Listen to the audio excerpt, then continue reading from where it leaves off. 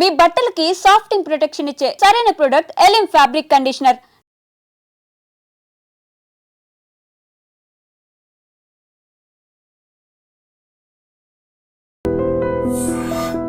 ఇక మన అసలు విషయానికి వస్తే పార్టీలో మీరు ఎక్కువ కాలం ఉన్నారు, దాదాపు 14-16 సంవత్సరాలు ఉన్నారు.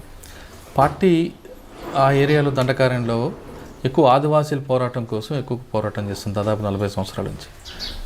మరి ఆదివాసీలు చేస్తున్నప్పుడు ఆదివాసీ పోరాట సమితి అని పేరు ఎందుకు పెట్టకూడదు? ఆదివాసీ పోరాట సమితి అంటే అక్కడ ఇప్పుడు కటాప్లో ఉన్నది బిచ్చనాల్చి ఏరియా కమిటీ అని పెట్టారు.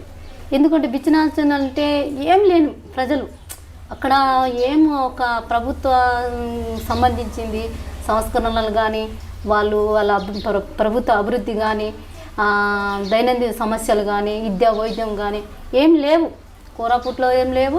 తర్వాత ఇక్కడ కటాప్ ఏరియాలో కూడా పార్టీ వెళ్ళినాక పార్టీ డిమాండ్లతో కొద్దిగా ఆర్ఎంపీ డాక్టర్లు పంపడం, అట్లా చిన్న చిన్న డాక్టర్లు పంపడం, అట్లా గవర్నమెంట్ తీసుకుంది. అట్లా అంటే వాళ్ళు ఆదివాసీ పోరాట సమితి అని పేరు ఎందుకు పెట్టుకోకూడదు అంటున్నా. అంటే ఆదివాసీ పోరాట సమితి అనేది దాంట్లో ప్రతి ఒక్క నేను పోతే నేను ఒక నా కులానికి ఒక పోరాటం, ఏరే దానికి ఒక పోరాటం అట్లా ఉండదు దాంట్లో. అంటే కులాలు సంబంధించిన లేదు, దాంట్లో ముఖ్య సమస్య మొత్తం సమస్య ఏంటిది అనేసి పరిశీలించి దాంట్లో చాసిమూల్య కమిటీ అని పెట్టిరు ఒకటి. అక్కడ ఆదివాసులతో కలిపి అంటే బిచ్చనాళ్ళు చాసిమూల్య కమిటీ అని పెట్టారు. ఎందుకంటే వ్యవసాయం మీద ఆధారపడుతున్నారు కాబట్టి అక్కడ ఒక కమిటీ పెట్టడం జరిగింది. ఇప్పుడు ఆదివాసీ కమిటీ పెట్టడము కానీ పోరాట సమితి అని పెట్టడం కానీ అట్లా జరగదు. ఎందుకంటే ఇప్పుడు నేను మైనార్టీ పోరాట అది సంబంధించి పెట్టరు కదా, వ్యక్తిగతంగా పెట్టరు. పూర్తి సమస్య తీసుకొని దానికి విశ్లేషించి పై కమిటీ గుట్ట కూర్చొని దాంట్లో ఒక నిర్ణయం తీసుకొని ఏదైతే ముఖ్యంగా ఉన్నదో అక్కడ సమస్య దాని మీద తీసుకుంటారు. ఇప్పుడు మీరు ఉన్న కంపెనీలో కానీ మీరు పనిచేస్తున్న దళకంత ఇంట్లో కానీ మహిళలలో రాజకీయ చైతన్యం తీసుకురావడానికి కానీ లేదా ఆదివాసీ మహిళల్లో రాజకీయ చైతన్యం తీసుకురావడానికి మీరు ఏ విధంగా కృషి చేశారు? చాలా కృషి చేసి చాలామంది రిక్రూట్ చేసి కటాప్ ఏరియాలో ఈ ఎన్కౌంటర్ జరగకముందు రామగూడ ఎన్కౌంటర్ జరగకపోతే ఒక లెవెల్గా ఉండేది ఉద్యమం అక్కడ. చాలామంది ఇప్పుడు నేను అంటే ఒక టార్గెట్ పెట్టుకున్నారు అందరు కూడా. అంటే ఒక్కొక్క ఏరియాలకు ఒక 6 నెలల్లో ఒక 10 మంది కన్నా అట్లా రిక్రూట్ చేయాలనేసి పై కమిటీ తీర్మానం ఇచ్చింది. అట్లా తీసుకున్నాం, ఒక స్పీడ్గా తీసుకున్నాం. రామగూడ ఫైరింగ్ అయినాక చాలామంది ఇట్లా చనిపోవడం జరిగింది అక్కడి నుంచి. అయినా కానీ ప్రజలైతే ఇంకా బాగానే ఉన్నారు అప్పటికి కూడా. ఇంకా నేను హెల్త్ ప్రాబ్లం వచ్చినాక చిన్నగా అక్కడ అంటే పార్టీ అడవికే పరిమితి అయింది, మైదాన ప్రాంతాలు కనుమరుగైంది అంటారు, వాస్తవం కాదా? అక్కడ మైదాన ప్రాంతం ఉంటే మొత్తం అక్కడ కోరాపుట్లో అడవిలో ఉన్నది. కానీ ఇప్పుడు దగ్గర ఇప్పుడు ముచ్చంపూడి దాకా తిరిగేటోళ్ళు అదే అడవి. ప్రజలకు మద్దతు ఉందా మైదాన ప్రాంతాలు? ఉంది, మద్దతు ఉంది. మరి ఎందుకు క్రమేపీ తగ్గిపోతుంది ప్రాబల్యం? అంటే కొన్ని అంటే నిర్బంధం సమస్య, మెయిన్ నిర్బంధం. తర్వాత ఎన్కౌంటర్లు జరగడం, చనిపోవడం, అట్లా దాంట్లో మెయిన్ అయితే నేను టెక్నాలజీ డెవలప్ అయినాక దాడులు జరగడం, అంటే ఎమ్మటెమ్మటే ఫైరింగ్లు జరగడం, నీళ్ళు అన్నం తిండి తిప్పలు కూడా సమస్య రావడం, కొంతమంది రాజకీయాలు బలంగా లేని వాళ్ళు వెళ్ళిపోవడం, తుపాకులు పెట్టేసి కూడా పోయిన సంఘటన కూడా ఉంది. అంటే ఆదివాసీ అభివృద్ధికి మావోయిస్టు పార్టీ అడ్డుకుంటుందని ప్రభుత్వం వాదిస్తుంది, మీరేమంటారు? అట్లయితే ఏం లేదు, పార్టీ అయితే ఎక్కడ అభివృద్ధికి అడ్డుకున్నది ఏం లేదు. అంటే రోడ్లు వేసిన అడ్డుకుంటారు, లైట్లు పెట్టిన అడ్డుకుంటారు, అంటే ఇప్పుడు వాళ్ళకి మౌలిక సదుపాయాలు కల్పించాలన్న పార్టీ అడ్డుకుంటుంది, వాళ్ళ కాంట్రాక్టులు బెదిరించడం, ఇటువంటి సంఘటనలు చేయడం వల్ల ఆదివాసీ గ్రామాల్లో అభివృద్ధి ఆగిపోతుంది. దాని ప్రధాన కారణం మావోయిస్టు పార్టీ అని ప్రభుత్వం అంటారు. అంటే అభివృద్ధి అంటే ఇన్ని రోజులు లేనిది ఇప్పుడు ఎందుకు సడన్ పార్టీ వచ్చినాక అభివృద్ధి పెరిగింది? ఇప్పుడు పార్టీలో చర్చ నేననేది కాదు, అక్కడ పై కమిటీ నుంచి పార్టీ చెప్పేది. అంటే సడన్గా లేనిది ఎప్పుడు లేనిది ఇప్పుడు ఎందుకు వచ్చింది అభివృద్ధి, ఇప్పుడు గవర్నమెంట్కు ఎట్లా మేల్క తట్టింది అసలు అనేది వాళ్ళు చెప్పడము. రోడ్లు ఎందుకంటే పార్టీకి ఇక్కడ తరిమేసి ఇక్కడ ఉన్న ఓనర్లు తీసుకుపోవడానికి ఏమనేసి ఒక సిద్ధాంతం కూడా ఉంది పార్టీ. అందుకు వ్యతిరేకించేవారా? దానికి వ్యతిరేకించారు. మీరు మీతో పాటు ఇంకొక సెంట్రల్ కమిటీ సంబంధించిన కానీ ఒక మహిళ ఆవిడ వేధింపుల నుండే పార్టీలో చాలామంది బయటకు వస్తున్నారనేది ఒక వార్త ఉంది, దాన్ని మీరేమంటారు? అంటే మహిళలు ఏది ఇప్పుడు అంటే చిన్న ఇప్పుడు తప్పులు జరుగుతుంది కమాండరు ఈ కమాండర్ ఇప్పుడు కమాండర్లో ఒక ఏరియా కమిటీలో ఒక నిర్ణయం తీసుకుంటాం, దానికి కట్టుబడి మనము పనులు చేసుకొని రావాలి. మన స్వయంగా నిర్ణయాలు తీసుకొని అంటే అక్కడ పరిస్థితి బట్టి తీసుకోవాలి, మనం తీసుకోవద్దు అంటున్నాం. ఇలా ఈ రోడ్డు మీద పోవాలి, ఇదే రోడ్డు మీద పోవాలి, పోయి మళ్ళీ కార్యక్రమాలు చేసుకురావాలంటే దాంట్లో పరిస్థితులు మారుతాయి. మారినప్పుడు మనం కూడా మన ఆలోచనలు కూడా మార్చుకొని మనం చాకచక్యంగా మన పనులు చేసుకురావాలి. అట్లా ఇట్లా చిన్న చిన్న తప్పులు జరిగినప్పుడు అయితే కొద్దిగా గట్టిగా చెప్పడం కూడా ఉన్నది, లేదని పోకళ్ళు ఉన్నాయంటారు. ఇంకా చిన్న అంటే పెద్దగా లేవు, కొద్దిగా అయితే ఉన్నాయి. ఎవరా మహిళ? మహిళ అనేది నాకు అక్కడ ఎత్తుల ద్వారా నాకు ఏం సమస్య ఎదురు కాలేదు. అందరూ చనిపోయారు ఇప్పుడు వాళ్ళు లేరు. చిన్న చిన్న సమస్యలు మహిళలతో కూడా వచ్చింది, కానీ వ్యక్తుల వారీగా ఇంకా చెప్పుకోలేము. చిన్న చిన్న సమస్యలు అయితే ఉన్నాయి. ఏఓబిలో మావోయిస్టు పార్టీకి ప్రజల మద్దతు ఉందా, తగ్గిందా, పెరుగుతుందా? నేను వచ్చినప్పటికైతే చాలా మద్దతు ఉండేది. నేను వచ్చినాక అయితే చూస్తే పరిస్థితులు చాలా మారిపోయినాయి. క్యాంపులు పెట్టి నేను తిరిగే ఏరియాలో మొత్తం కటాప్ ఏరియాలో మొత్తం క్యాంపులే పెట్టేసారు. పోలీస్ క్యాంప్ గురాసెట్టు పెట్టిండ్రు, అది అమరవీరుల స్తూపం కట్టినారు, భవనం కట్టినారు. అక్కడ కూడా అది దర్లబేడలో ఒక క్యాంపు పెట్టిరు, జంత్రిలో క్యాంపు పెట్టిరు. తర్వాత ఇక్కడ కోడిగుందులో ఒక క్యాంపు పెట్టిండ్రు. సో విపరీత క్యాంపులు పెట్టిరు. బూస్పూట్లో పెట్టిరు క్యాంపు. అంటే ప్రజల కోసం లోపలికి వెళ్ళారు మీరు.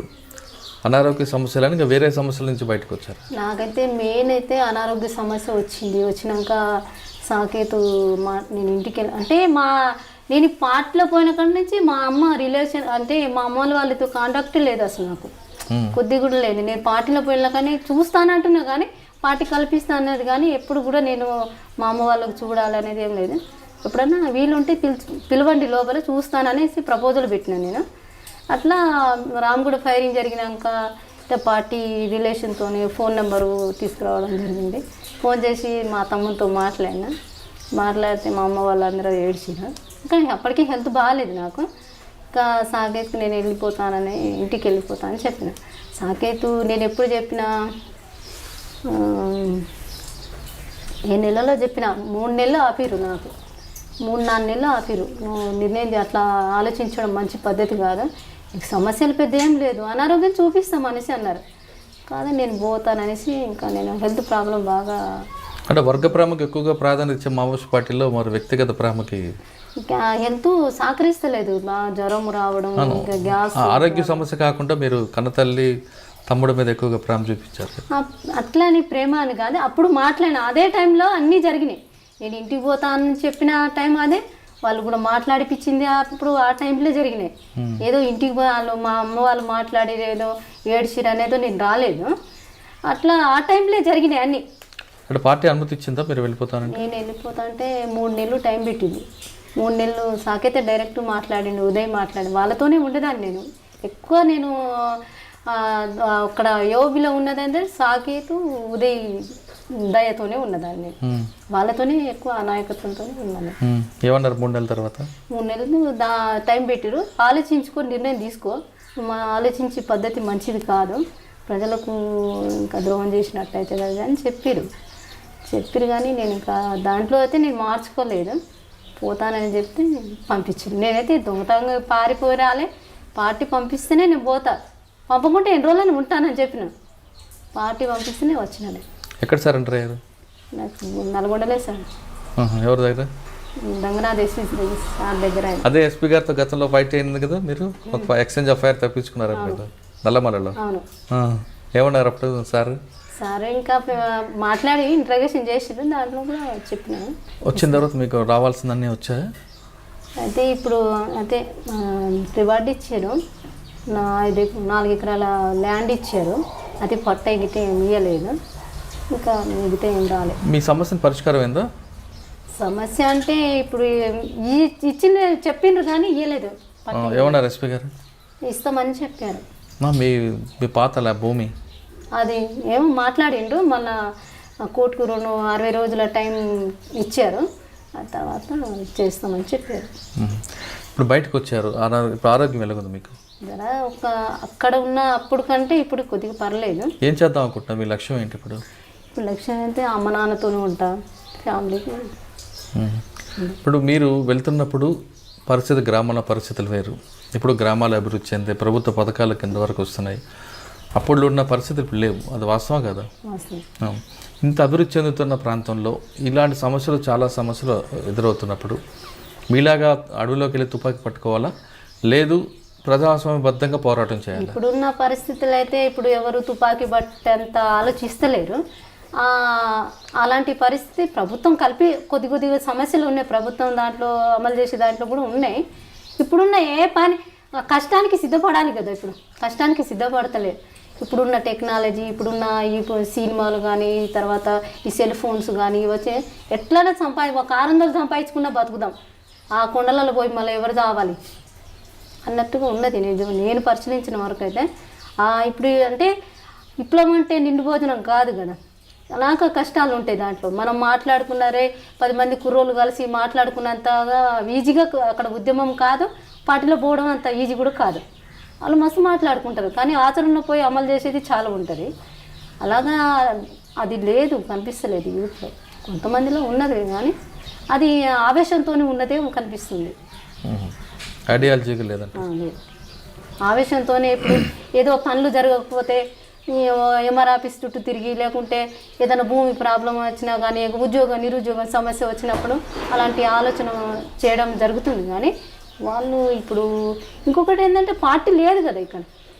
అప్పుడైతే సిద్ధాంతాలు చెప్పేటోళ్ళు, కొద్ది గ్రామాలలో వచ్చేటోళ్ళు, వాళ్ళకు నిరంతరం ప్రజలకు మోటివేట్ చేసేటోళ్ళు, అలాంటి పరిస్థితి లేదు. కాబట్టి ఆలోచించడం అంటే పెద్దగా ఏం కనిపించలేదు నాకు గ్రామాలలో. ప్రతి గ్రామంలో సమస్యలు ఉంటాయి, ఆ గ్రామంలో సమస్యలను పరిష్కరించడానికి పార్టీ వైపే అవసరం లేదు, ప్రజాస్వామ్యబద్ధంగా ఆ సమస్య పరిష్కరించుకోవచ్చు అంటున్నారు జాంబవి అలియాస్ సరిత.